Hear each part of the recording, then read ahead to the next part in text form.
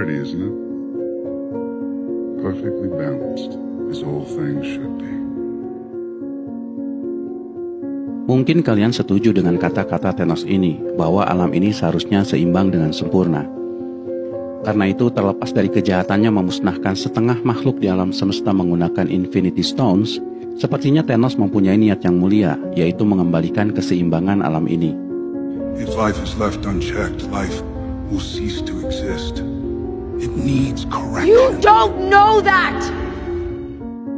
Tapi Thanos lupa bahwa di dunia ini tidak ada yang sempurna, karena yang sempurna hanya Tuhan. Mungkin terkesan bawa-bawa agama, tapi percaya atau tidak, sains menunjukkan hal yang sama. If the laws of science are framed in their most perfect, most symmetrical form, then life cannot exist at all. Di sini Profesor Michio Kaku, ahli fisika teori, mengilustrasikan. Kita berharap gasing ini terus berputar dan tidak berhenti, dalam arti seimbang dengan sempurna. Tapi realitanya tidak. Bagaimanapun gasing ini akan berhenti berputar.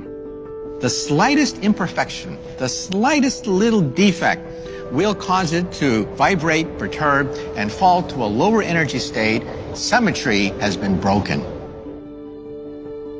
Apa yang dimaksud Michio Kaku adalah alam ini bekerja justru karena ada cacat pada setiap komponennya.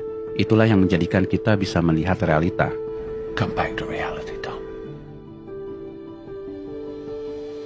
Dalam kata lain, alam ini bekerja karena setiap hukum alam membatasi kesempurnaannya. Mengapa?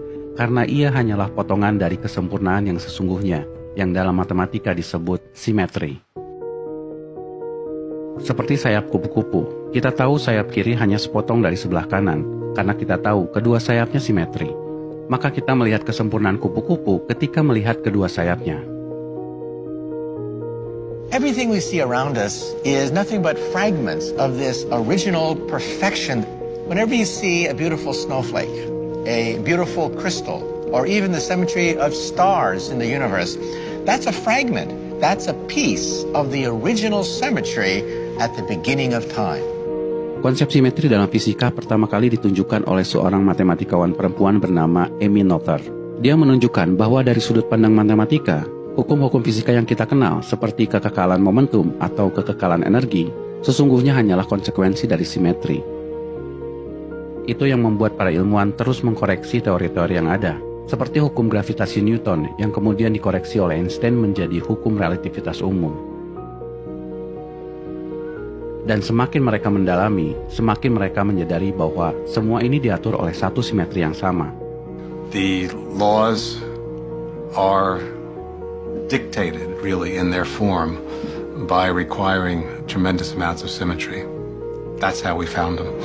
And it keeps getting us to look for deeper and deeper connections. So ultimately, perhaps we exist because the universe had no other choice. An equation has no meaning to me unless it expresses a thought of God.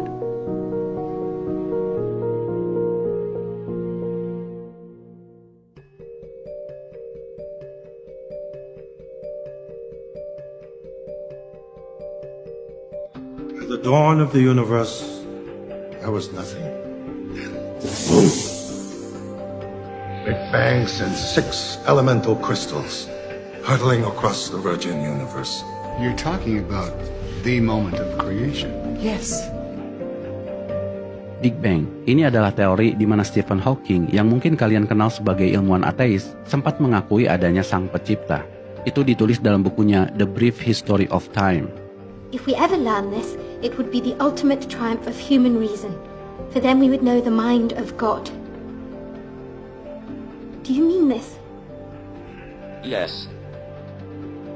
Ya, bagaimana tidak? Big Bang adalah teori yang sulit dibantah, karena sains itu sendiri yang membuktikannya.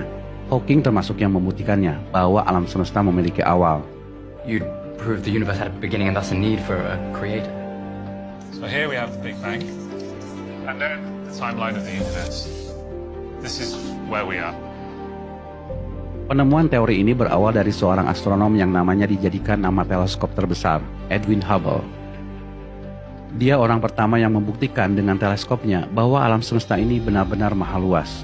Objek yang tadinya dikira hanya debu-debu di angkasa yang disebut nebula, ternyata adalah kumpulan galaksi di tempat yang jauh, sehingga para astronom saat ini memperkirakan bahwa jagat raya ini memiliki lebih dari 200 miliar galaksi. Yang lebih mengejutkan lagi, saat Hubble mengamati galaksi-galaksi ini, dia menemukan bahwa galaksi-galaksi ini menjauh dari kita, dan semakin jauh galaksinya, semakin cepat ia bergerak menjauh. Itu dibuktikan dengan adanya redshift, pergeseran gelombang cahayanya yang menuju warna merah, yang artinya semakin menjauh. But if the source is moving away from us, the wavelength is stretched towards the red end of the spectrum, or redshifted in the parlance of astronomers. Lalu ilmuwan lain, George Lemaitre, mencoba menjelaskan fenomena ini, bahwa bukan hanya galaksi-galaksi ini saja yang menjauh, tapi seluruh alam semesta saling menjauh satu sama lain. Dalam arti alam semesta mengembang seperti balon yang ditiup. Disinilah para ilmuwan menyadari bahwa seandainya waktu diputar balik, maka ada masa di mana alam semesta ini berawal dari satu titik. What if I reverse the process all the way back to see what happened at the beginning of time itself? The beginning of time itself. Yes. Bukti adanya Big Bang adalah ditemukannya jejak radiasi Big Bang yang disebut Cosmic Microwave Background yang ditemukan secara tidak sengaja oleh dua orang astronom, Arno Penzias dan Robert Wilson, dengan antenanya yang mirip trompet.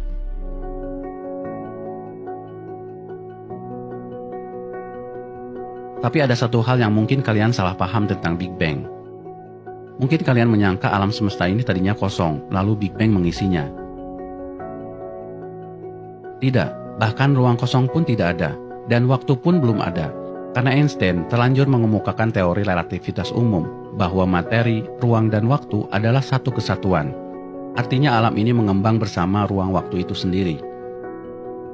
Lalu pertanyaannya, bagaimana para ilmuwan mendeskripsikan satu titik itu di mana ruang waktu itu sendiri tidak relevan? Sayangnya mereka tidak mampu menjelaskannya selain menyebutnya singularity atau singularitas. And at its end point, what are we left with? A space-time singularity. Sulit menjelaskan apa itu singularity, karena dalam matematika dan fisika, singularity dipakai untuk mendefinisikan sesuatu yang tidak terdefinisi. Tidak terdefinisi bukan berarti tidak ada. Ada tapi tidak terjangkau oleh akal manusia. What do you mean keep going? Before the universe began? No. Keep going, develop the mathematics. They couldn't come up with a good answer, so we just say it's undefined. This is where our understanding of mathematics breaks down and we just call it a singularity. Kalau diterjemahkan ke dalam bahasa Indonesia, singularity artinya keganjilan. Tapi akar kata dari singularity itu sendiri adalah single atau singular. Artinya tunggal. Tunggal berarti tidak terbagi. Seperti dalam matematika, 1 dibagi 0 juga disebut singularity. Coba saja di kalkulator kalian ketik 1 bagi 0. Lihat apa hasilnya. Artinya sudah tidak bisa dibagi. Dan kalau kalian menggunakan kalkulator di Google, maka yang keluar adalah infinity.